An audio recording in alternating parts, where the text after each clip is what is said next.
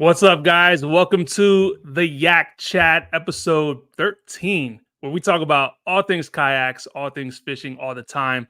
My name is Jay with Bearded Dad Fishing, and I'm glad you've taken the time to be here with us today. This podcast is streaming live on YouTube, and it's available on demand on Apple Podcasts and Spotify. So if you guys are watching live, we want to hear your questions, your comments, and of course, those smart remarks. And if you're listening later on, make sure you drop a review wherever it is you're listening. So I teased a couple weeks ago that I, along with 8 other anglers, will be representing Team Puerto Rico, it's Puerto Rico if you don't speak Spanish, at the Pan American Kayak Championship on Lake Murray next month at the end of September. So this is one of the biggest kayak fishing events of the year, every year. Countries from all over the world are represented in an Olympic-style competition with teams vying for the gold, silver, and bronze medals. That said, we're going to be joined with 2 special guests today. So Chris Blanco of Urban Fishing TV, which you might have remembered from a couple weeks ago, who joined us. He'll also be fishing alongside me on Team Puerto Rico, and Ray Heredia, who is the president of the Puerto Rico Sport Fishing Federation.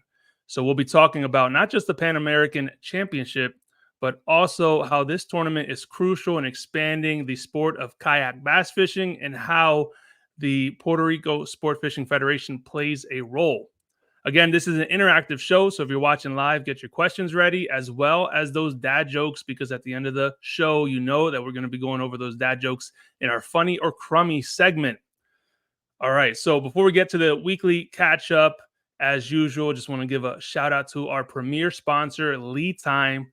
Lead Time has been a fantastic sponsor of the show, and they've been powering my kayak setup this entire season. I've been rocking with their 12-volt, 100-amp-hour smart battery with Bluetooth, and it's been rock solid. The Bluetooth capability is super cool, and at $300, it is honestly a steal for your kayak. So I'll include their link below in the show notes, and make sure you use the discount code BDF6 for 6% off your entire order. And we want to thank Humble Imprints as well, the official custom apparel sponsor of the Yak Chat. If you're watching, they made this t-shirt, Bearded Dad Fishing. If you're listening, you can't see it, but it's okay. Humble Imprints creates custom t-shirts, hats, hoodies, mug stickers, anything that you could put your business or club logo on. And the best part is that 10% of the net proceeds benefit families and children in the foster care system. So check them out at humbleimprints.com. All right, so weekly catch up. I don't typically ask for this, but if you guys are watching live, just do me a favor and like this video. That helps us in finding other people finding this live stream and this channel, and it really is helpful. And again, if you're listening later on demand, leave us a review. It helps big time, big time, big time. Also, Knucklehead Bass Fishing Series, guys, it is wrapping up. We're in August, which is absolutely the last month of the series. But it's not too late to sign up and fight your way to Alabama. All right, now this is the last month, but you can still get on the team. All the details of how it works, what the prizes are, and how to sign up are linked in the show notes below. I'm going to pull up the screen real quick so you guys can see where August is standing. So, Team Bearded Dad right now, we have 3 guys already on the team, plus myself. So we got Mac Toon, who won May, Jonathan Miller, who won in June, and Jacob Tomlin, who won in July. And so far, August is stacked, man. So we got first place, Rick Peters out of Virginia with 103.5 inches. Larry Stroman out of Massachusetts with 93.25 inches. And Alex Pers from Georgia with 93.5 inches. So second and third place got some ground to make up, but there's still plenty of days left to do so. So again, not too late to join. You guys can still get in on there and join us. All the information is going to be linked down below. And lastly, before we bring the guys on, we have our next episode is going to be September 1st. We got a special guest coming on. One of the top anglers, hands down. Man or woman, kayaker, boat, it doesn't matter because she's going to give them the smoke. We got Christine Fisher joining us on the Yak Chat. So September 1st at 8 p.m., we're going to be talking about becoming a full-time angler, what it takes, how to achieve this, and the challenges that come along with it. So again, September 1st, make sure you guys jot it down. Anyways, now we have our guest coming on. All right, enough of me blabbing, guys. Really excited about this. What up, boy? What's up, yo? Yo, what's up? What's up? Yo, thanks for joining us, bro. Like always. Thanks for having me. For sure, man. And we got Ray Heredia and Chris. Guys, thank you for coming on the show. Thanks for the invite. Happy to be here again. Of course, bro. So like I said, Chris joined us before, and he is one of my teammates, and honestly, one of the reasons I got onto the team for Team Puerto Rico. And we're super excited. In just a little, maybe under 6 weeks, we're going to be out there on Lake Murray, which I've never fished it. But if you guys have never seen Lake Murray, it is, look it up on a map. It's huge, man. Stupid big. But it's going to be fun. Really excited about that. So Chris, real quick, I know you came on a couple weeks ago. Can you fill us in, for the people that don't know, a little bit of your background and how you got here with fishing and Urban Fishing TV? Sure. I mean, I'm just a guy that loves fishing. For some odd reason, I had access to a GoPro 4 or 5 years ago, and I decided to start recording, my content. It sucked. I fished horribly, but that kind of helped me look at other sources of information and get better and learn about the sport. And, from just, I do have some background on fishing when I was younger with my grandpa, which was, I stopped for many years, but that spark ignited again, and that's what brought me to where we are now, where I'm dedicating a lot of my time to the fishing world, and more specifically on the kayak side. Okay, awesome, man. And you do some tournaments, right? Yeah, so in preparation for the Pan American tournament, I decided to jump ship. I've always been wanting to be part of a tournament trail. Of course, I follow Guillermo, Christian Fisher, Shao, all these people, that high names or high rollers on the industry. And I've always had that desire to get into the tournament scene. And we actually have a very good scene here in Florida. It's called the FKBT Trails. It actually has people that have Blake Abbey, for example, who won Hobie BOS in the past season. We have Chris Mitchell, just big players. And my progress was to learn from them this year. I had 3 very strong finishes that, helped me kind of solidify my spot in the team and make for it to make sense, right? To be part of the team and join you in this adventure. Yeah, that's dope. We actually had Blake on here a couple months ago. He's probably one of the coolest anglers I've met. And thankfully, Juan helped facilitate getting him on the show. But really cool dude, man. Mm-hmm. Very down to earth guy, and that's the thing with these trail. I've never felt left out. I've never fished. I live in Southwest Florida, so every tournament for me is a 4-hour drive.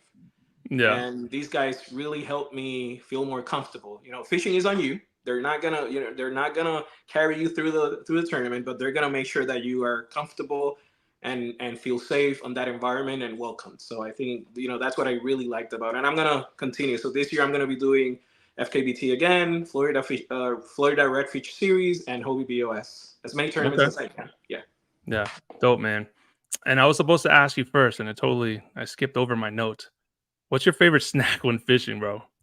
Well, so last time I said M&Ms, that has changed drastically. Ooh, in order for me, because I get healthier as we get close to the tournament. I want to be in the best shape and kind of continue that trend through the rest of my life. So honestly, nuts and any type of cashews, some trail mixes here and there to kind of break the ice. I'm not a peanut guy, for example, but I've slowly transitioned, and I feel it's fine. I do miss my M&Ms, but we'll get it. Yeah. That's a good choice. We gotta, especially when we get older now. It's like we can't be. I don't know. I can't be. If I notice if I eat bad, my body feels it right away now. Mm-hmm. Yeah. So, all right, Ray. I'll ask you first because I wanted to do that. What is your favorite snack? Before we get into who you are and how you got here, bro, what's your favorite snack when you're on in the water? My favorite snack nowadays is just protein bar, granola bar, something like that. When I'm fishing, well, it depends. If I'm tournament fishing, I don't really eat a lot, so something like that, crackers or something, or like granola bar, something I can wolf down as I'm riding across the lake in the boat. But All yeah, right, so keep it simple. Yeah. All And I right. drink a lot of water and stuff like that to stay hydrated. True. Okay. Nice, man. We got a couple guys that commented on what their favorite snacks were. So we got Top Shelf Fishing. He said Uncrustables are his favorite. Yeah. Christina said goldfish crackers. That's funny, goldfish. You know what's my main issue with crackers? I always get them wet, and it becomes a mess on the boat. It truly becomes a mess on the kayak.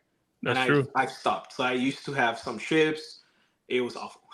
They get all mushy on the At least me, I'm very clumsy when it comes to that.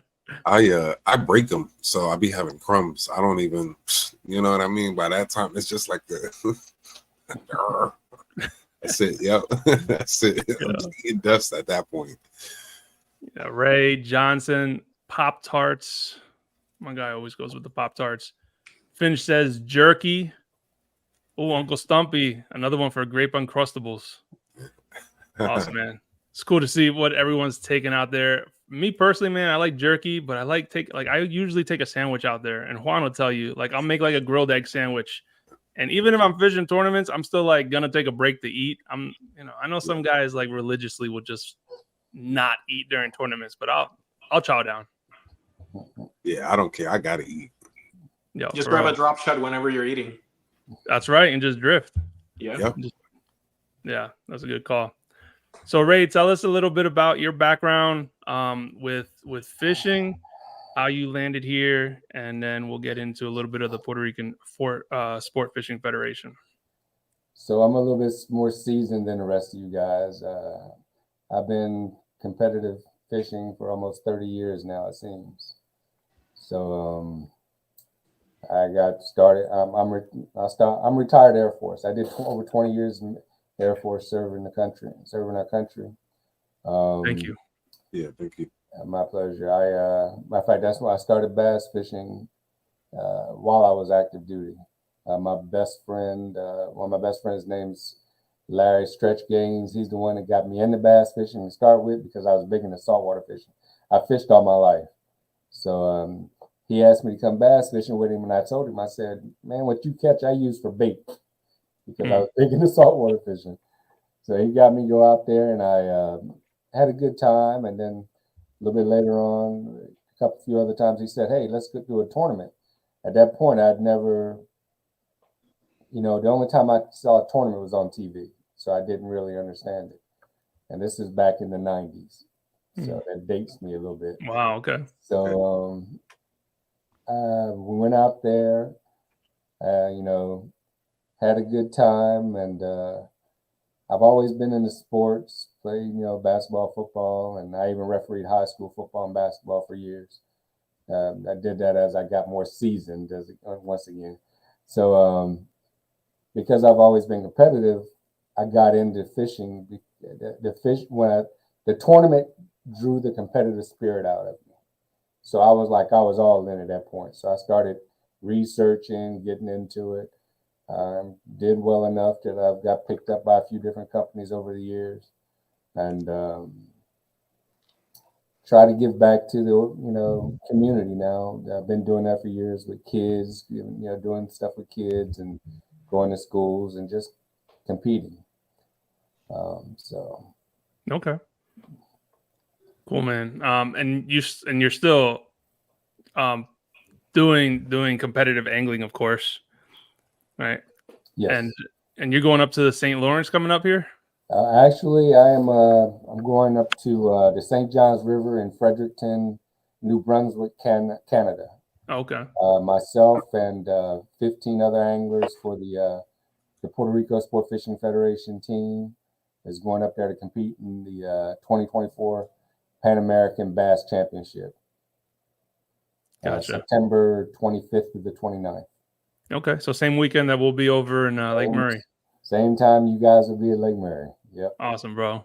So we'll have some brothers in Canada that we're cheering on, and then some brothers in South Carolina. Correct. That's what's up. Awesome, man. So in regards to the Puerto Rico Sport Fishing Federation, How and why did you decide to get that started? Well, like I said, I've been fishing for all these years, and I've always have my Puerto Rico flag on my jerseys and stuff like that. And it came to my attention. Somebody asked me about why is Puerto Rico not represented at the Black Bass World Championship that they had coming up, and I was like, "What are you talking about?" And they explained it to me, and I said, "Okay." So I went through the process of putting together a team. We had a 6-man team that fished in the 2022 Black Bass World Championship that was at Lake Mary, Wow. South Carolina in 2022, October 2022. It was an amazing experience, we had 25 countries from around the world, countries like Germany, Romania, you would not think they would have bass in those countries, some of those countries, but they do. And it was a great experience, walking across the stage with our Puerto Rico flag, the Puerto Rico national anthem playing, Right. and it was just an amazing experience. Brought a lot of pride. So at that point, we were not federated at that time. Like I said, I just put together 6 other anglers, some of my former military guys that I knew, Puerto Ricans I knew that fished, and got them involved.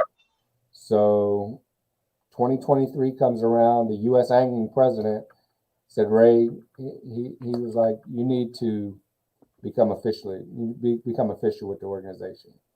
So I went through the process of doing all the paperwork, the federation paperwork, and through the international headquarters, which is in Italy, the SIPST and FIPST organization that run all international tournaments. Okay. For that. So that's who we are. We became an official member in May 2023, and that's how we've got to where we are now. We've been a little over a year been in existence. I met Chris, matter of fact, in July 2023, ICAST 2023, yep. Wow. And at that point, myself and a couple of our board members, vice president and marketing, Brian Arroyo and Angel Padilla, they were with me, and we were going around. We were talking to different people, explaining about what we were trying to do. And Chris heard about it. He got really hyped. He was interested. We met Guillermo Gonzalez there, and he was actually on the USAngling team for Kayak. And when he heard about Puerto Rico, he was like, "I want in." So we got him to be a part of it. Yeah. So in 2023, I sent 2 teams out. I sent a team to Portugal, which I was a part of. We had a 6-man team go to Portugal to represent the World Championship, Black Bass World Championship. And we had 16 anglers go to Lake Hamilton in Arkansas to fish the Pan American Bass Championship. And we shocked a lot of guys at the Pan American because one of our teams was just ounces away from a bronze medal. Our first time ever being there. And that kept the U.S. ended up sweeping all 3 gold, silver, and bronze in the individual team part of it. But one of our teams was just a couple ounces from actually snatching one of those medals and getting us started. And here we are, 2024. We've got 3 teams going out. I've got you guys going to Lake Mary to fish in the Kayak Fishing Championship. 16 of us going up to Canada for the Pan American. And then I've got 6 people going to Italy to fish the Black Bass World Championship in October. And now we haven't even started on 2025. It's going to be 2025. We're going to South Africa, Mexico, and farther. So there's a lot going on. It's I think it's a great organization. And that's why I put a lot of my time and effort working to try to get this squared away and keep us moving forward. Wow. Yeah. I can't imagine it's a small task to get it up and running, especially when we're talking about on an international level like that. Yeah.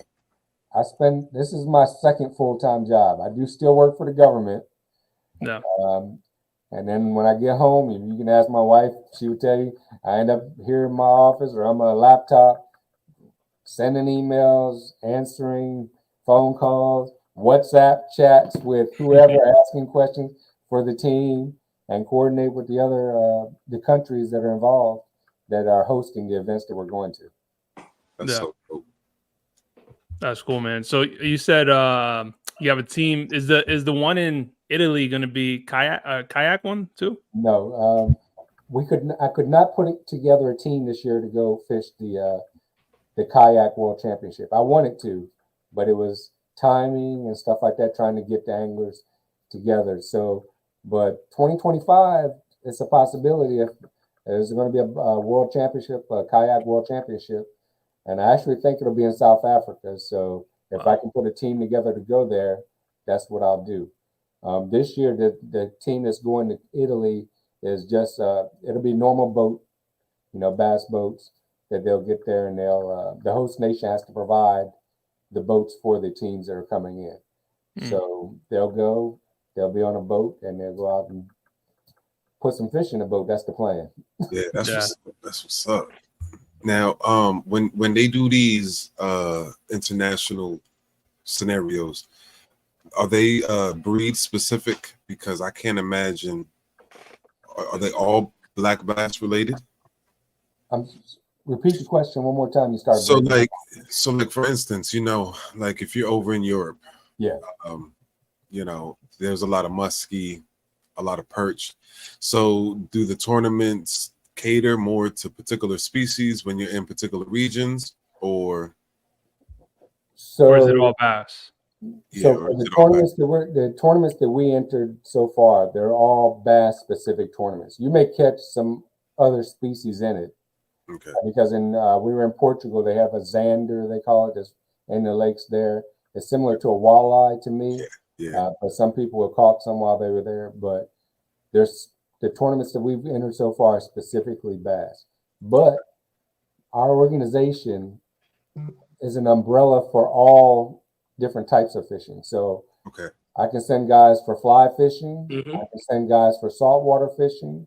I can send guys for shore fishing, youth events, carp, women. They even have ice fishing that I can send a team to. I don't know how many Puerto Ricans I can get to go to ice fishing, but I have that. The way I formed the organization allows that capability, because the USAngling team just were in Mongolia earlier this year, I believe, to fish the ice championship in Mongolia. Wow. Yeah, and I want to add a little bit of context to that. So, the org is very wide, right? We're trying to make this an Olympic sport. So it's not specifically for bass. Obviously, bass is one of the major movers when it comes to, marketing, media, and money. But the United States has a saltwater team, again, a fly fishing team, like Ray said. And that, they really try to encompass every type of fishing. Because it really, what I think happens is the more you have, the more eyes get on it, right? And as you put more people in perspective, you have more options to get to your final goal, which is, being an Olympic sport. With that being said, for our kayak tournament, there's a kicker. As of now, the rules state, and they're not official, right? They state that we're going to have to catch 3 black bass and 2 striper. So at the moment, the rulings that we're getting for that tournament is we're going to have to do 3 black bass, and then we're going to have to adjust our tactics to catch at least 2 stripers. Yeah, and that's per angler, not per team. Correct, per angler. Yeah, that's interesting. Yeah, it's definitely a unique format. Also, isn't there another interesting aspect of that where like no, I think I'm getting mixing them up. Yeah, I was thinking of the knucklehead with the swap of the lake, but no. But there's an interesting aspect though. No motors allowed on tournament day or pre-practice, or the official pre-practice, right? For kayaks, right? So it's gonna be a pedal drive only, or a paddle if you want to try that. That's the only thing we could use for propulsion purposes. And the reason they're focusing that, because I talked to USAngling about the kayak division for that. The reason because they're trying to make it a level playing field to make it an Olympic sport. If they go because they have big kayak events in China and different places. So, to make it an even playing field, and trying to get kayaks for motors different country could be a problem. So that way, if they do make an Olympic sport kayak wise, that'll be an easy thing. Now for us boaters, I run a 250 Pro XS Mercury engine. I got a different scenario that I got to deal with. Yeah. But at different lakes that we go to when we travel overseas, I may not get that same type boat when I go to a different country. I've had guys being 90 horsepowers and stuff like that, but that's the boat that the country was able to provide, and we have to work through it. Gotcha. So, yeah, so there's some disadvantages because you're using borrowed equipment. Correct. And traveling last year, I had to travel to Portugal with a rod tube and all the baits I could carry. So limited. I had a bag just for baits that was about 70 pounds.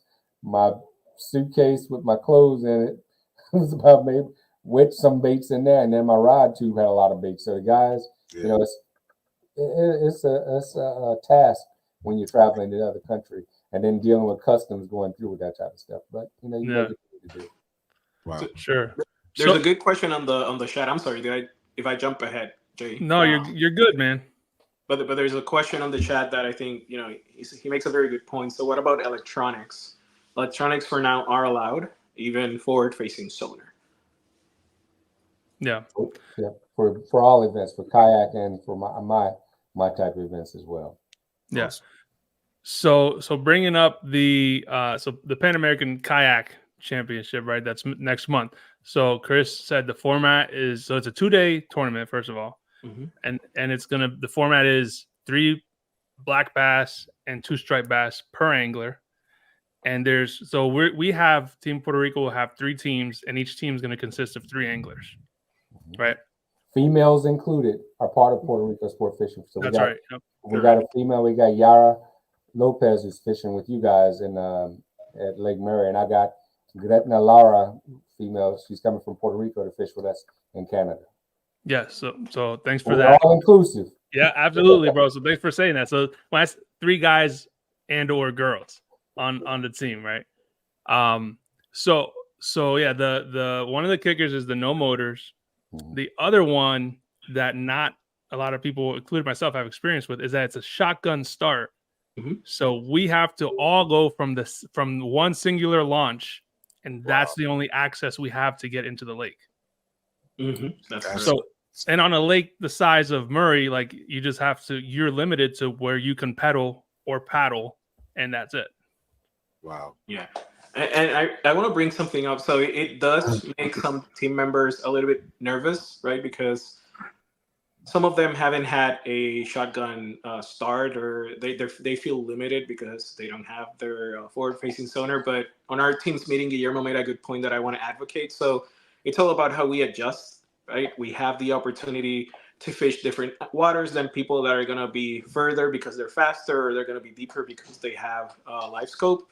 So it's all about really making our practice, making the best out of our practice, and understand what's going on, understand patterns. I think that's the key to success on this tournament.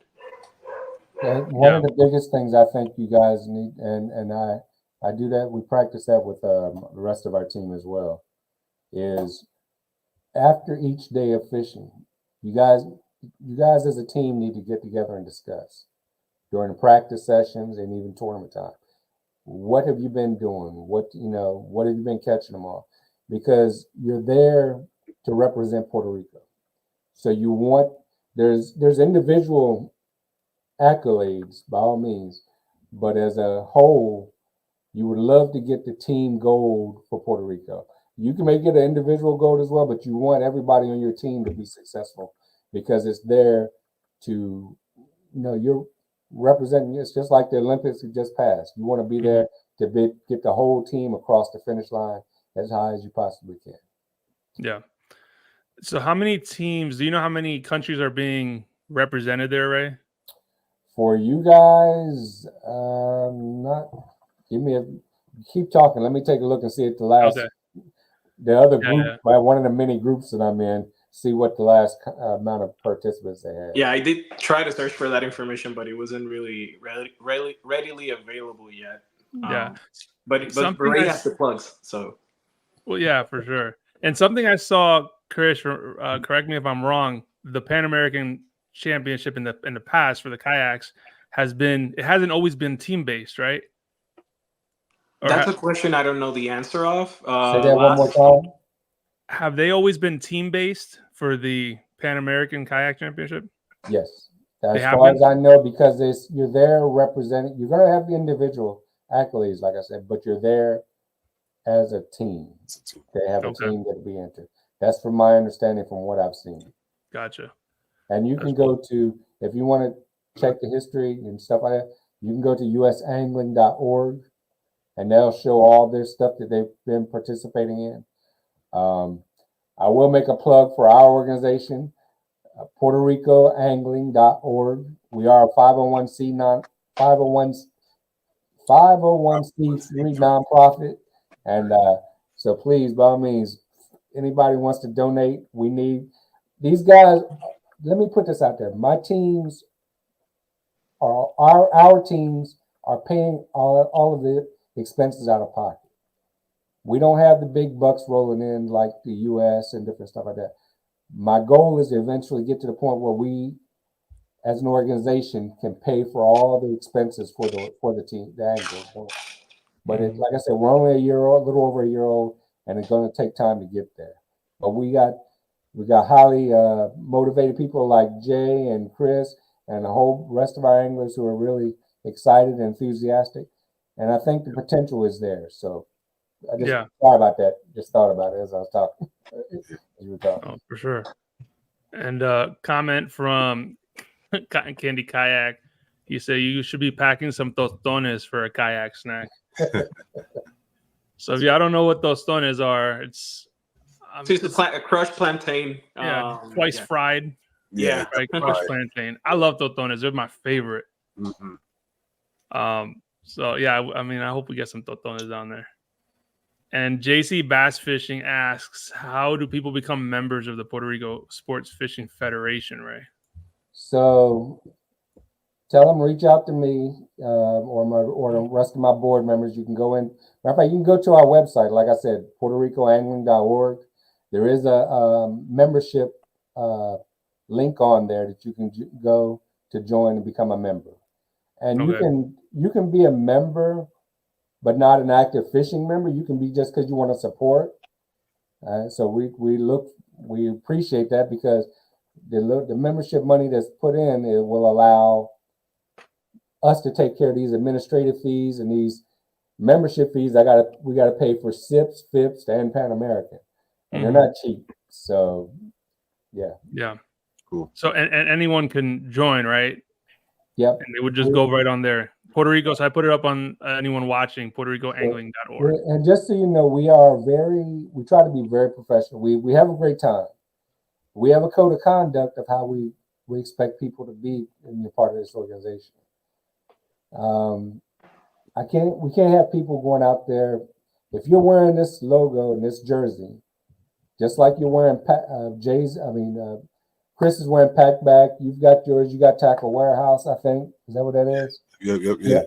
So if you're going to be if you're sponsored or you're with an organization, you want to maintain professionalism within that, because you're representing that organization, whatever sponsors you may have. So our code of conduct stipulates how we're going to address things, because we can't have somebody going out and making Puerto Rico look bad. So I'm just putting that out there as a disclaimer, because I don't want people. This is not a club. This is a professional organization. Because if clubs are the ones that you guys get together, we go have a beer, fishing a little place or whatever and stuff like that. That's a smaller thing. If we want to get to Olympic type status, we've got to dot our I's and cross our T's to get there. Yeah. Yeah, for me, I apply the Army values. That's something that really changed my life, and I translate that to my personal life. And this is really a dream of mine. I want to represent the island on the big stage, not for personal endeavor. It's really more of, you know, I lived in the island for 30 plus years, and it's very important to me to bring awareness of, you know, what we're capable of. But Mhm. that starts with, you know, us representing the team and the island as it needs to be represented. So that's very important, and you've seen it on our team meetings. We are always advocating for that, and that resonates on most teams. I've seen it. I've been on a couple of other meetings or live meetings from other teams, and you know that's a topic that's always discussed. Mhm. Wow. Yeah. Man, hearing this is just like, it's super cool. Growing up, my dad was involved in a lot of stuff. He was one of the first people to ever graduate the Ogakrea way back in 1989. And I mean, I'm talking like straight as an arrow. And after that, worked for the same company for 35 years, never was late, retired, and was a part of the Latino caucus there, was a part of the Puerto Rican Parade Committee, and helped bring, we brought La Máquina out here back in the 90s. So, you know, so all this kind of stuff, it really resonates, you know.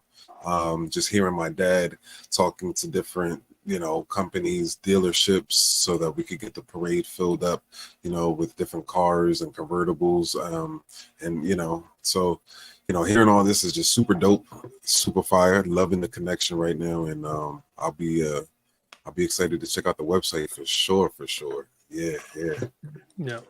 Yeah, we have a couple good questions too. Yeah, I see. First, Anthony Laterno, and it's a good question. You have to be Puerto Rican to join the Puerto Rican Sport Fishing Federation. Yes, to be a part of our organization, if you want to compete, yes. If you want to support, by all means, we don't have a problem with you. We welcome your support to help us along the line. But to compete in the organization, you would have to be Puerto Rican or a family member. It's just like the Olympics. If you saw, the Olympics would have a parent of one of the I think it's a second competitors. generation, right? So Right, you can do. exactly. And they were allowed to do it, you know, to compete in the sport. And that's how they're setting the rules up for to make it Olympic. They have to keep along those Olympic guidelines to get us to that point. Yeah. Okay. And another good question. So Damascus Media Group is actually individually sponsoring myself and for this and for the Knucklehead coming up. But they ask how can they get more information to become a sponsor for the federation? Reach out to me, contact me. Jay, I'm sure Jay's got my email address. Yeah, and I'll put it down in the show notes and on the video description too. Please, by me, reach out. My phone number. You're welcome to call me, and we can discuss and go from there. And I've been doing a lot of paperwork for this, so I've got a lot of information that I can provide to you and show you what we're doing. Because people don't realize, and this was brought up in ICAST, the biggest growth in the fishing industry has been the Latino community, Hispanic community. The last, you know, Latinos, Hispanics have made a big jump in the industry, and fishing in general. So, you know, so people have to be aware of that and realize we are a market that people can tap into. And a lot of us, you know, 98% of my anglers, I would say, except me, are bilingual, speak Spanish and English fluently. I'm sorry, I don't speak Spanish fluently, and here I am, the president of the organization. But somebody had to do it. But you know, that shouldn't make a difference. If you've got the culture and you feel strongly about it, you should be involved one way or another. But yeah, by all means, reach out and we can have a conversation. By all means. Yeah, and like I said, I'll have all of the contact info for both Chris and Ray in the description of the video and on the show notes of the audio podcast. And for all those people that are interested in partnering up with any team, this is a bigger stage than people think, right? We're taking some of the momentum Hobie BOS had, and now, you know, a couple months later, we're having this tournament. So people are gonna get interested. They're gonna be watching. A lot of content is gonna be recorded. Our team is gonna be recording a lot of you know, content for YouTube and other media sources. So there are going to be eyes on this event, and that's important for the people to know. So to add on to what he just said, so what really intrigued me when I fished me and the other guys fished the World Championship in 2022, we had 7 Hispanic Latino teams there: Puerto Rico, Venezuela, Costa Rica, Dominican Republic, Mexico, Spain was there, El Salvador. That's what's up. So that, we had a big, the Pan American is a lot, with the Americas, the one we're fishing, the Pan American, what you guys are fishing for the kayak division and what we're going to. So it's all North America on down. In Canada, they're going to have some Native American teams competing in this event. Wow. Fire. So, it's getting a lot of attention. And just like Chris was saying, at ICAST, another big announcement was that Bass Pro Shop, Johnny Morris, is getting behind the U.S. team to help push this for Olympic thing. So that's a lot of money going into this or into this to make it happen from the U.S. side. We as Puerto Ricans, we're U.S. citizens, but we just want a little small piece of the pie so I can get our guys. Yeah, just a little piece. It's a mindset. Like I said, most of our team anglers are bilingual, so we give an extra thing for companies to think about if they want to become part of this organization. Yeah. Sure. So we had touched a couple times, both Ray and Chris, about this kind of being a prelude, if you will, to becoming an Olympic sport. So how does this translate to becoming an Olympic sport as we move on? So it's going to go through the Olympic Committee. So the U.S. did, and along with all their board, the board for the International Federation, SIPST, they're the spearhead of everything. So the different board members, all part of it, they keep doing. The bigger these events get, draws more eyes, brings more value to potentially make this. They just had breakdancing in the Olympics. Mm-hmm. So if that's what you want to call it. Yeah, there was. We won't talk about that one. Yeah. Crazy. I know. I grew up on that, so I'm like, that's all right. How's that? Yeah. Anyway. You could have got the gold. But so if they can get breakdancing into the Olympics, why not fishing? Matter of fact, fishing was, and I did a post a few weeks ago. They did have fishing as part of the Olympics in the early 1900s. I'd have to go back to the posted date time frame that happened. So they did have fishing. It was just, it was in Europe, in Paris, I believe. But the potential is there just to bring it back now. Now we just have to keep pushing forward, keep getting more anglers involved with each country, and the SIPS, FIPS will push forward with the backing from all the other countries. There's 115 countries involved in this. In the SIPS FIPS organization, working for this, so it's a big deal. A lot of people involved. Wow. How so the vision really just came from that one little moment where you had that interaction where somebody was like, "Yo." For Puerto Rico, yes, because I would never have thought about it, for my otherwise, and so. Once it came up, and I reached out to the guys. Matter of fact, some of the guys on this chat that I'm seeing now, JC Bass Fishing, Hector, they were part of the team we were part of the team that went to that first World Championship. As a matter of fact, that's where we met our vice president for the U.S. I've got 2 vice presidents. I've got a USA regional vice president, and I've got a Puerto Rico regional vice president, because the island is very important to be involved in this. Mm-hmm. But my U.S. vice president, he used to be the number 2 man in the whole United States for the Fisheries and Wildlife Department. Wow. So he would travel around the world, for conservation and stuff like that. So he retired from the government after 30 plus years, and he became a part of the organization as my vice president. JC Bass, he's our secretary in the organization. So he's a retired sergeant major. Hector, as you see on there, he's a retired first sergeant for the Army. So I've got people. I did my best to get people involved in an organization who have the same mindset to push forward and some structure to help us build this foundation for future generations. Because I'm not going to be around forever, and neither are those guys. Yeah. So if we can build it now for you future generations like Chris, Jay, and all those other guys down the road, keep it moving for the, and bring more kids and youth into the sport and women. I want everybody to be, I want us to be all inclusive. Okay. Yeah. Hey, there's a question on the chat that I can help answer. Not sure if you can bring it up, Jay. Yeah, so he's asking how close are we to making this an Olympic sport? So USAngling actually has on their website they have a what should I call it? They have a kind of a description on the status of where they're at right now. They're in the last leg of this race. They are on the ARISF, which is the OIC, if I'm not mistaken. So we're very close to making it available to be part of the Olympics, right? Mm-hmm. As you know, and you saw this year, the nations decide what sports are going to be included and what not. But if we're not part, or we don't have that recognition, we can't make it happen. So that is the most important thing right now. And from there, you're going to start getting these different countries trying to push until we get it into the international stage.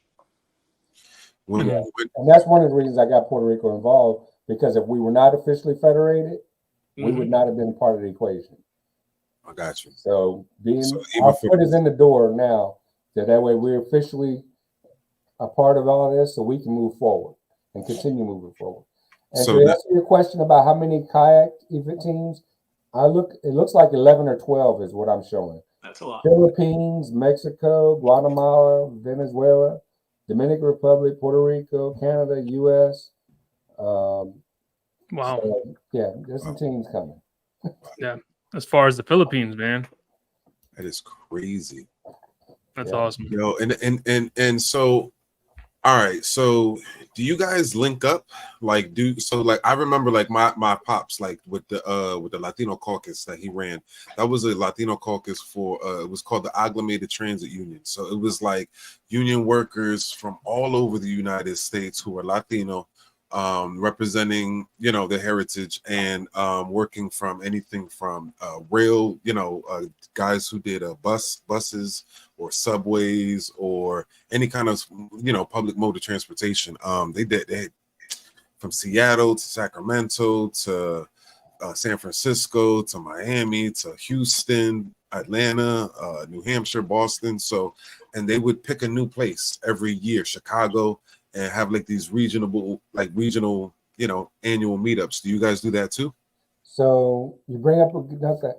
I've also founded myself and Julio JC Bass Fish Channel.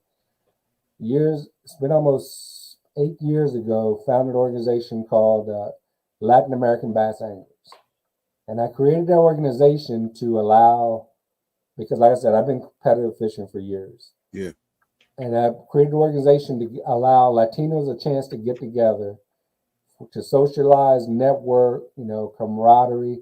And it's just us, Latin American, predominantly fishing together.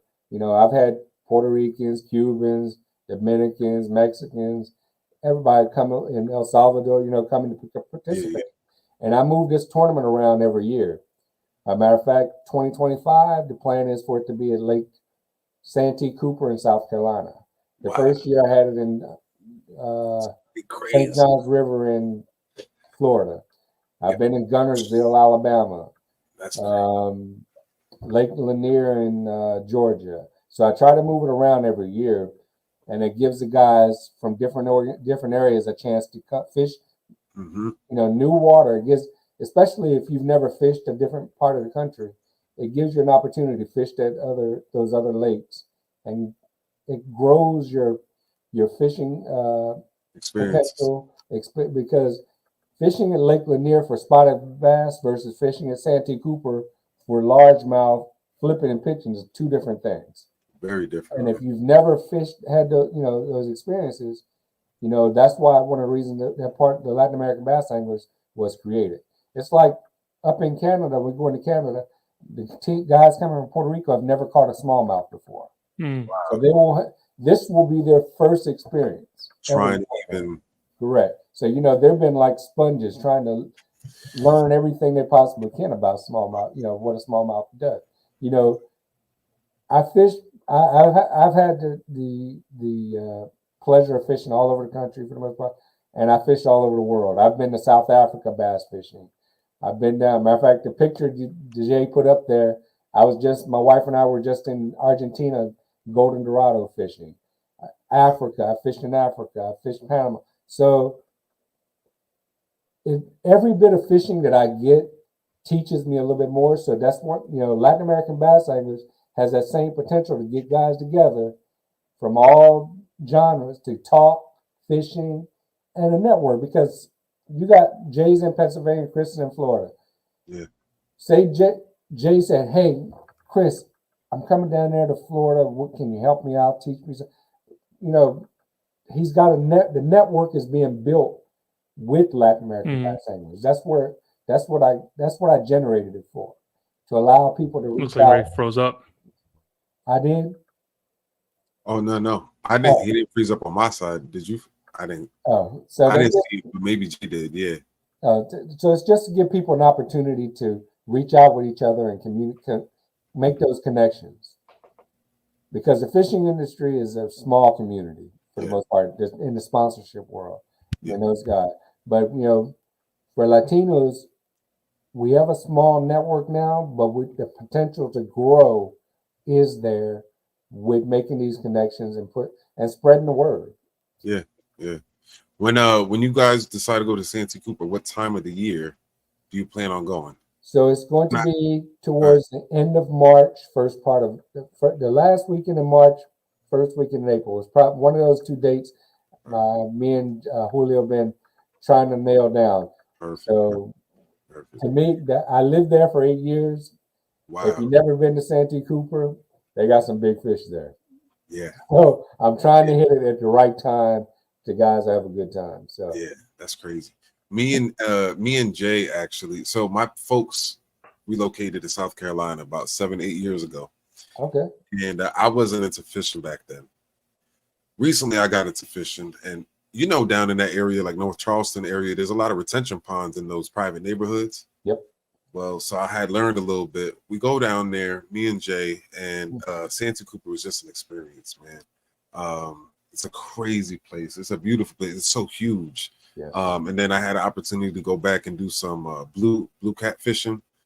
That's crazy there too. So wow, that's super exciting, man. Yeah. Like I said, the only stipulation with Latin American bass anglers, our stipulation rule wise, a Latin Hispanic person has to be in the boat.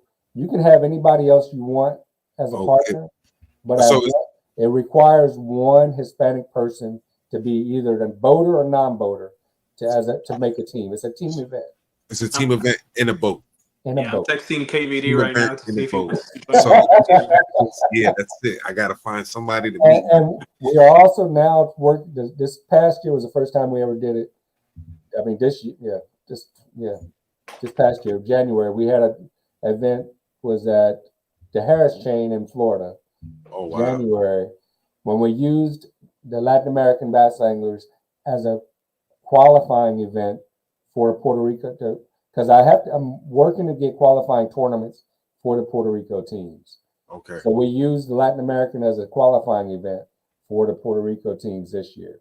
And we're just going to be moving forward. I just got to fine tune some of the details with it so that way people understand what's going on.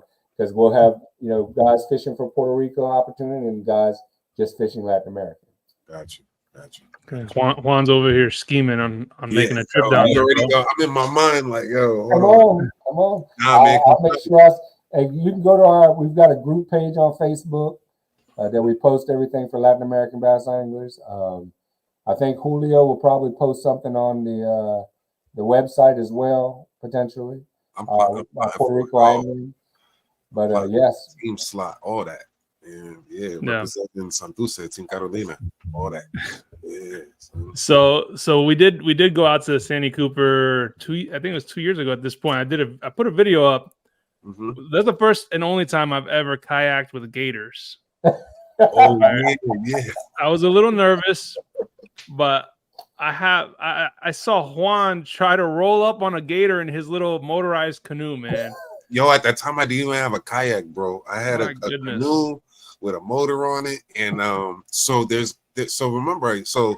my mom has the retention pond, and there's alligators in her pond, and when I go down there, they be trying to mess with me while I fish, and it makes me uneasy, and I don't like it.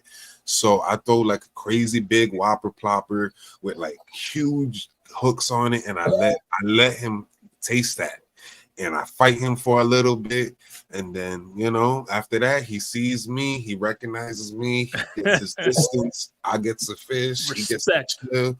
Yeah, that's it. And every time I go down there, I gotta make him, because I have a son now, and he likes to be with me and be on the sidelines, and I don't need him, but it was crazy because last year I actually fell in the water catching a 5-pounder.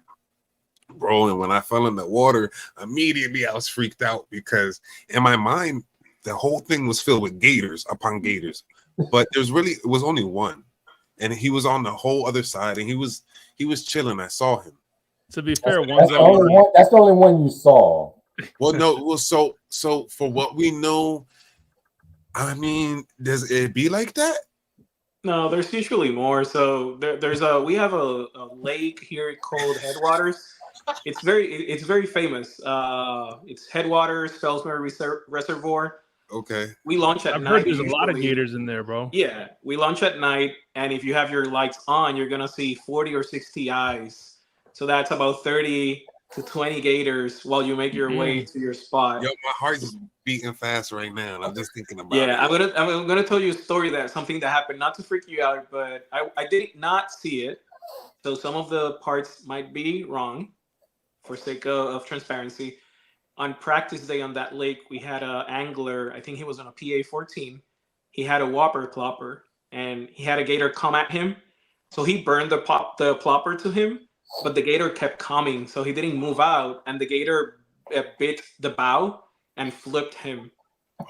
The biggest issue you have with Headwaters, it's topped off with hydrilla in a lot of parts, so you got to be careful because you can get tangled.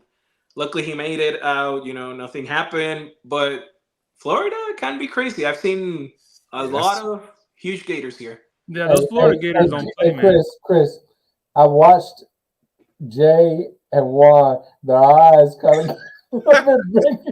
Yo, because you don't understand, because after spending like 10 or 12 days of South Carolina being like real worried about gators, I come up here and I go into a stream. I live in PA too with Jay. So it's like, I go into a stream of water, and for a split second, I'm looking around. I'm like, and I remember like, yo, what? Like, the worst I got to worry about is a beaver swimming by me fast. I'm going to tell you something. There's nothing scarier than a 13-foot gator on his mating call.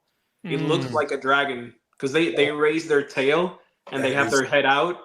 So imagine a 13-foot gator just making that water tremble and making that noise. Wow. The biggest thing you have to worry about is when they're nesting, the females around. Oh, yeah. That's a problem there. If a female has a nest. What time of year do they nest? It just depends on different places. I think they do it 2 times a year. So by spring could be one of them, and not quite sure. But you don't think that was a nesting mom that I messed with, do you? You still here, bro, so probably not. Yo, so for everybody watching right now, just put in a live chat, would you go kayak fishing around gators? Or if you have done it, let us know in the chat. I thought it was interesting. I was nervous. I wasn't too scared, but I kept my distance. Juan over here was the one poking Mother Nature. Trying to drive up to him and drive into him. And if you want to break the ice, if you guys want to break the ice, let me know. I can get you hooked up with some water-infested gator infested areas, so we can fish them and get that out of your system. It's not too bad. Like South Carolina, when I fish at night, I'll go with like the little headlamp with the red on it, And the thing about them is they can't help but surface a couple of yards out. They want to get a gauge of where you're at. So you're going to see them 20, 30 yards out. You're going to see their little eyes along the water. You know what I mean? And then, and you'll get an idea where they're at. You could move and make adjustments, and, it's not too crazy. Yeah, you got to respect their space and figure out how they behave. And, I haven't seen anything like a fatality of a kayaker being eaten by a gator here. So I think sharks are worse. In Florida, they call them dogs. Like puppies. Swamp puppies. Y'all talking about gators. So I've on my bass boat, I've hooked in gators and stuff like that. The scariest thing because I got a bass boat. When I went to South Africa, I was there fishing. I went bass fishing in South Africa as well. Crocodile. The guy that took me bass fishing we were fishing, and you see the crocodiles, you see those. He said the thing that scares them most over there are hippos. Oh, wow! That's they had hippos crush the hull of a bass boat, and they'll follow you. They are very aggressive, very territorial. We actually, as a matter of fact, my wife and I were fishing the Zambezi River, I think it was, for tiger fish, and we saw some guys in almost like a canoe almost, but they were in these dugout long canoes. And they came to this side of a bank, and they had these huge dowel rods, about 4 inches around and about 14 foot long. And they started poking into the water, about 4 of them. And wife and I were with the guide, and we were like, what's going on? And the guide was like, I don't know. And we were in a bass boat, a small little 17-foot boat. So we watched. After a while, he said, all right, let's go. So we got up, we took off, went over there, and he started speaking to him. And then we left, and he told us what happened. They were trying to recover a body because a hippo had killed somebody. And it went on, and they were trying to get it out of the water. Wow. And we were fishing one area, and we saw hippos in the distance. And we sat there, and they started moving closer. He said, let's go. So we threw the rods in, got over it, and took off. So they respect hippos over there. Crazy. Every place has their potential problem you got to worry about. Man, let me tell you, the over here we just got. The thing is, what do? We're still going to go out there fishing because we're hooked on this. We can't try it one way or another. So check this out. One time I go to a place that's very local to me, one of my favorite spots to fish, and I went during a colder season, so early in the morning it was very dark. But I knew I wanted to get out there early. I was trying to catch a muskie. Get to this spot, get everything set up, and while I was getting everything set up, it was so dark out there. And it was like little stuff like squirrels. But it was like, because it was fall time, there was leaves. You know what I mean? So anything that moved made noise. You know what I mean? So between like the squirrels and like, I think a deer came by me, bro. And that was it. I said, you know what? I didn't even finish setting up my kayak. I went back in the car. I looked on my phone. I said, oh, what time does the sun come up? Oh, like 45 minutes. I said, okay. I set an alarm for like 40. And I laid back and I just chilled for a little bit. And I waited for that sun to rise because I was so spooked, so I couldn't imagine. I also couldn't imagine like fishing Brazil. I've been there too. With the trying to put a fish back and like with the piranha. That's crazy. Actually, we've caught piranha. My wife and I, we were in Brazil, peacock bass. My biggest is 24 pounds. Hers was 18. But we caught piranha. We ate piranha. Wow. And it was very, very tasty. Wow. Okay. The thing I wanted to see there was an anaconda. I didn't see one. I don't like snakes, but I wanted to see one at a distance. With the thing down there, they have the caimans down there. That's like an alligator. Oh yeah, but, they would come up. They might try to come get your fish off, or it's really the pink dolphins that will take your fish more than anything else. The pink dolphins are river dolphins. They will come and try to eat your fish. Now, when you were down there, did y'all catch peacock bass as a part of the tournament? No, we weren't there for a tournament. My wife took me there for my birthday. We were there living in the Amazon for a week on a riverboat fishing for peacocks. Beautiful. Oh wow! Did you fly fish them or? I've got a fly rod. I didn't fly fish. I was all top. You know, you always see the thing on TV, top water. Yeah. I was throwing big top water baits, and that's how I got my big one. As a matter of fact. Wow, Dang, that's what's up. that's dope, man. So I asked if people will fish with the gators. So JC Bass Fishing says if there's something in the water bigger than my kayak, you won't see me in that body of water. Cotton candy kayak. He said, "Oh hell no, no gators." And so we're talking about kayaks. We get back. So I'm working last time. I didn't get a kayak division to go to the World Championship, but we're working on getting a saltwater kayak division. So you saltwater kayak anglers, Puerto Ricans, if you want to become part of the Puerto Rico team, by all means, come on. And just so everybody knows, you don't have to be born in Puerto Rico to be a part of the organization. Most of the Puerto Ricans nowadays are born here in the United States. Yep. But so the thing about it is, you guys, the saltwater kayak guys, you guys are a little bit off because I've seen the shark videos of the hitting the kayaks.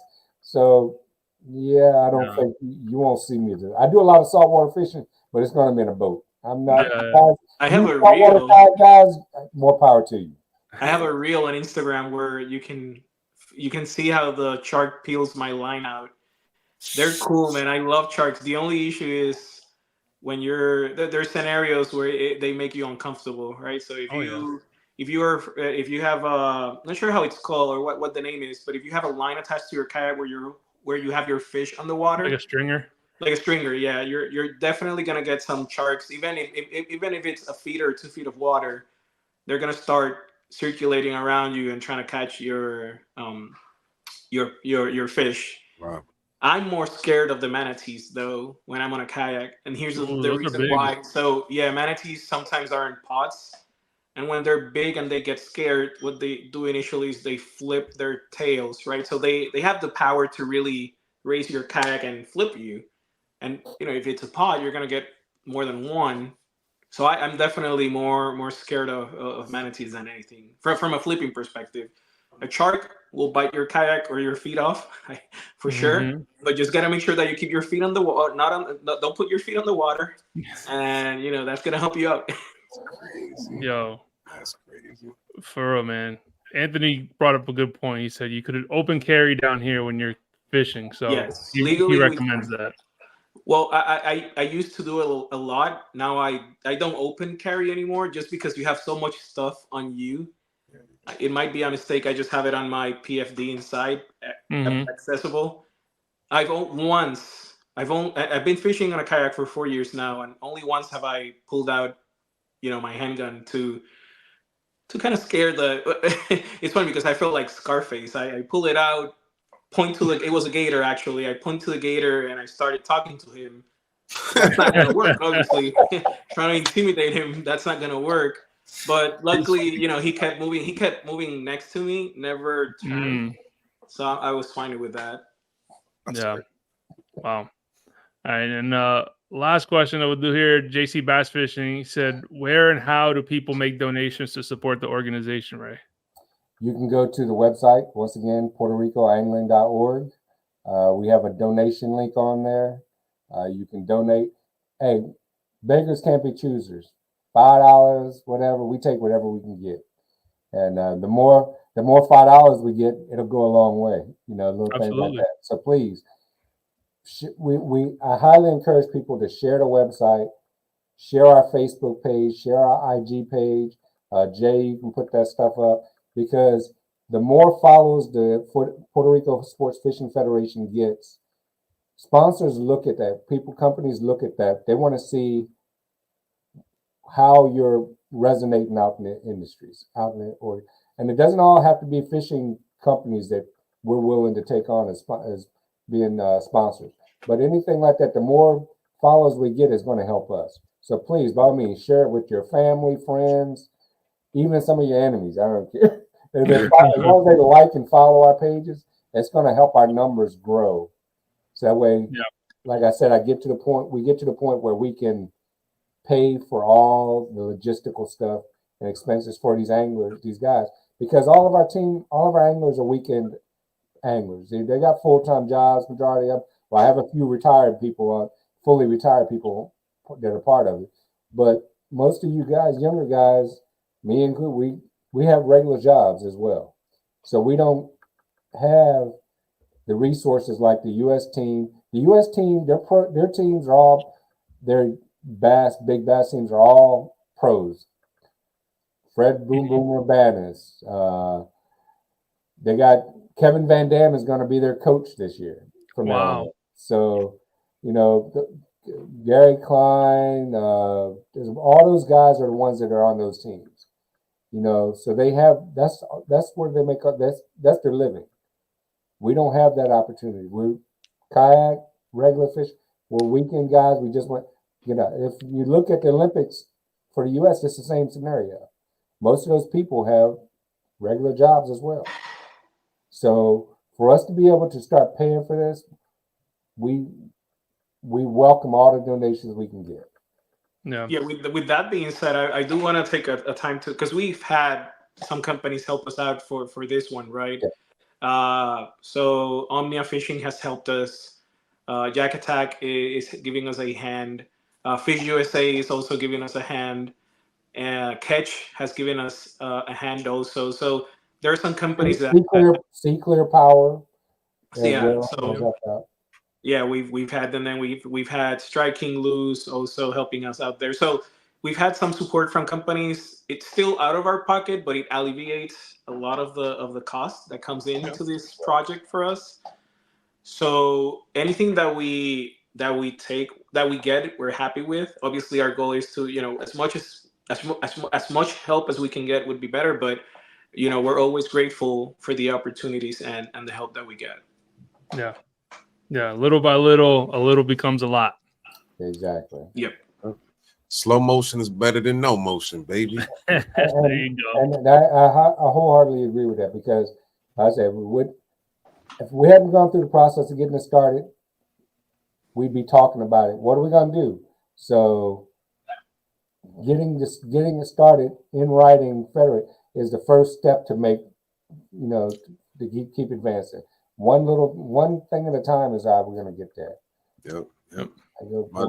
My pops used to say "palante," and for those who don't know what that means, it's just like moving forward. You know what I mean? Yeah. Just keeping on with it. So word. Cool. That's what's up. Before we get on to the last segment here for the funny or crummy, anything Chris or Ray you'd like to add onto the topic? No, I just want to excuse myself. I am about to leave because I'm a little bit under the weather. I do have a fever right now. So thanks for coming on, bro. I know you're not feeling well, so thanks for coming on. Yeah, no worries. So, guys, we're here trying to give this dream a spark. The reason we're here in social media and we're talking about it is because we want people to look at it and understand that the purpose is bigger than just one tournament, right? We want to make this a worldwide event, give it recognition. So your support, it doesn't really have to be, if you can, support in a monetary way, just by viewing the content that comes out from any team will help tremendously. So we appreciate if you take some of that time and look at from the perspective of all teams, right? It's very important to look at USA. They're going to create their own content. Puerto Rico, Venezuela, all these teams are going to have their own stuff going on. So if you can take some of your time, which is precious, to look at this and help us promote the event, it would be great. It would be huge. Yeah. Sure. Folks, have a good night. Yo, thanks for coming on, Chris. Bye. Chris was on point, Mm-hmm. Following us, liking our social medias, forums, and stuff like that is just those little things help. Yeah. You don't have to be watching us on a regular basis. Just a little, hey, like, you might see something flash up, you might like for whatever and like it. That the views is what, most of your social media influencers, that's what it's all about nowadays. Yeah. Mm-hmm. I bring back, it was 1900 Paris Olympic game angling. I found somebody sent me the link I posted before. That's when they had Paris Olympic Games. Wow, in 1900. 1900. It was in Paris. So yeah, they had over 600 fishermen from about 600 fishermen. 40 were from 5 countries other than France. Jeez. So France was majority of it, and they had some. But so yeah, but the potential for Olympics is really high, and the only way we're going to get there is people, anglers, men, women, kids, all to be involved, to show interest and stuff like that. And all these views for all the different organizations, just like Chris said, is going to get us there for all these different countries. Because if you'll see some of my posts on my page, I always tag the organization that's hosting the event, the country, and stuff like that, because that's generating some visibility for their end as well as us. When I post in the thing about the different anglers, I make sure to tag that angler. I tag as much stuff as I can to help boost that angler's visibility, because in turn, to me, it's going to hopefully resonate back into the organization to grow us. Mm-hmm. It's not it's not going to happen overnight, and I know that, we know that, but one step at a time, we're going to get there. And so people want to fish Latin American bass anglers, please reach out. If you want to be part of Puerto Rico sport fishing, please reach out. Please feel free to donate. And reach out and contact me anytime if there's questions about the organization. And if you're speaking Spanish and I can't help, I will get one of my fully fluent angler teammates to Jay, maybe, or somebody who's going to help. We're going to get you squared away. Yeah. I remember when I first talked to Ray, one of his first questions he asked me, he's like, "Do you speak Spanish like they do in the island, or are you like me?" I was like, I speak Spanish.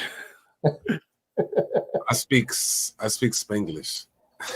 I understand more than I speak, and the guys, they all tease me, they harass me, but I'm 56 years old. It's a bit, that's no excuse, but I've been like this all my life. And I don't have time to sit down and practice Spanish, especially when I got a full-time job. Yeah. Regular, and now this full-time job on the side. Yeah, so, yeah. Yo, real quick before we wrap this up, I just thought about this. I want to give props to the other teammates. So can you just fill us in with who the other 8 teammates are? Well, I guess 7, because it's. You're talking about for your team going to the kayak team? Yeah, for Lake. All right, so we have, luckily, computer in hand, and I've got contact list. So for your team, you have yourself, Chris, Guillermo Gonzalez. He is your team captain, along with Chris. He's co-captain. Yara Lopez, Albert Santana coming from Puerto Rico, Jeffrey Rodriguez coming from Puerto Rico, Julio Cedeno coming from Puerto Rico. Who am I forgetting? Oh, Carlos Rivera coming from New York. So we say Yara. Yep, Yara said Yara. She's coming from Texas. Guillermo's coming from Texas. So our anglers are spread all over. So I think I've hit all 9 of you, I believe. That should be a good mix of knowledge to sort out that lake and get it figured out. Absolutely. Yeah, and they're going to have to, like I said, they're going to have to definitely communicate and work together. Yeah. Every day after we get off the lake, they should be talking. I've got 16 people going to Canada.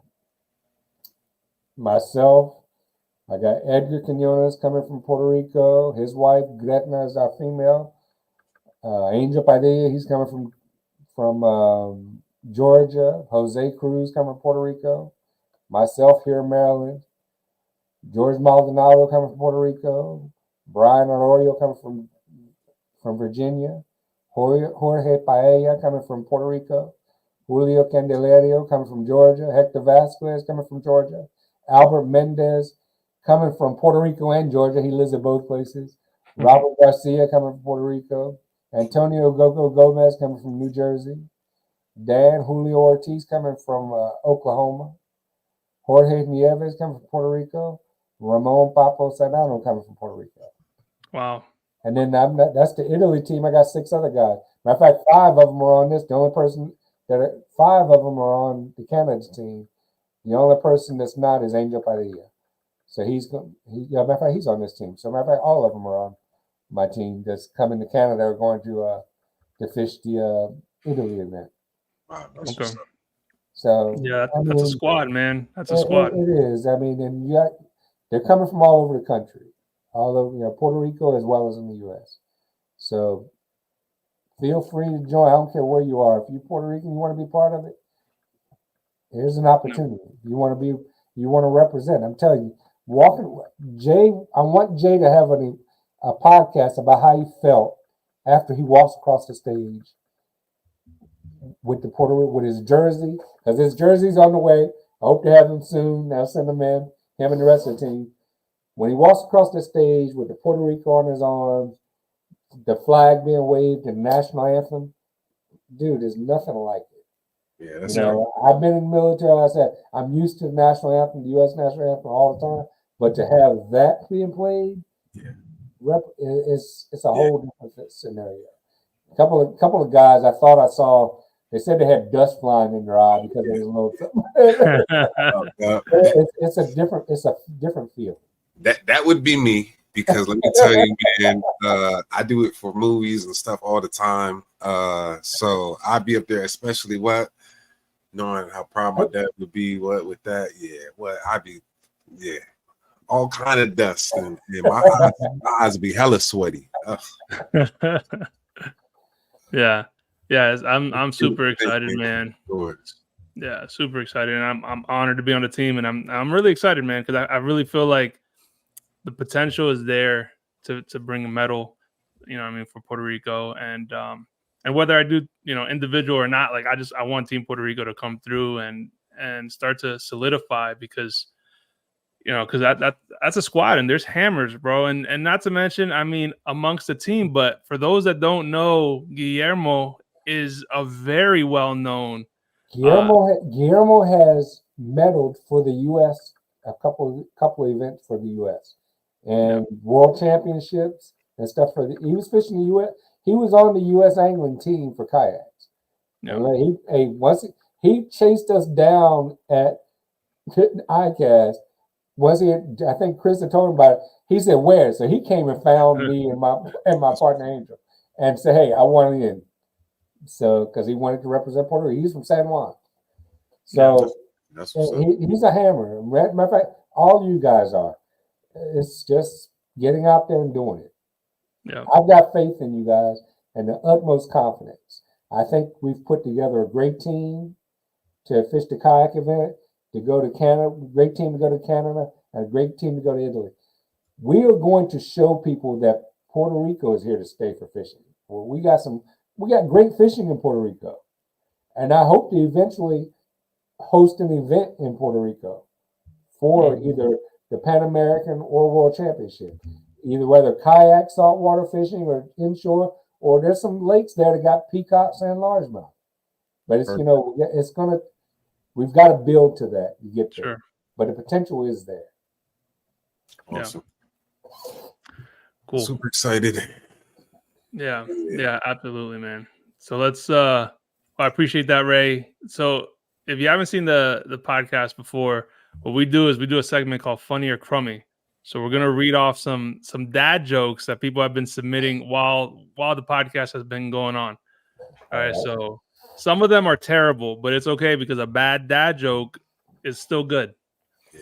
So before we get to that, though, just another shout out to our premier sponsor, Lead Time. If you guys are in the market to upgrade your battery and you need a lithium battery, check them out. They have, anything from 6 amp hour all the way to 100 amp hour and bigger if you're looking for a solar setup. But one thing that's really cool is I talk about their Bluetooth on their 100 amp hour batteries. Now they just released a 50 amp hour battery. So if you want something to run your electronics and still monitor with Bluetooth, now they got it. So whatever you guys need, make sure you check out leadtime.com and use the code BDF6 for 6% off your entire order.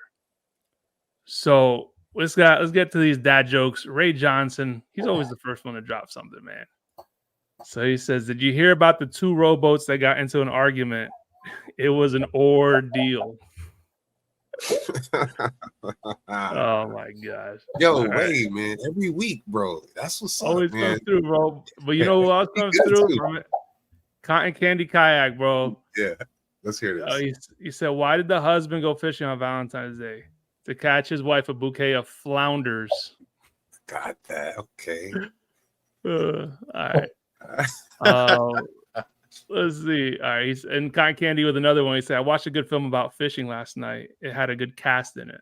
That's good. I like that.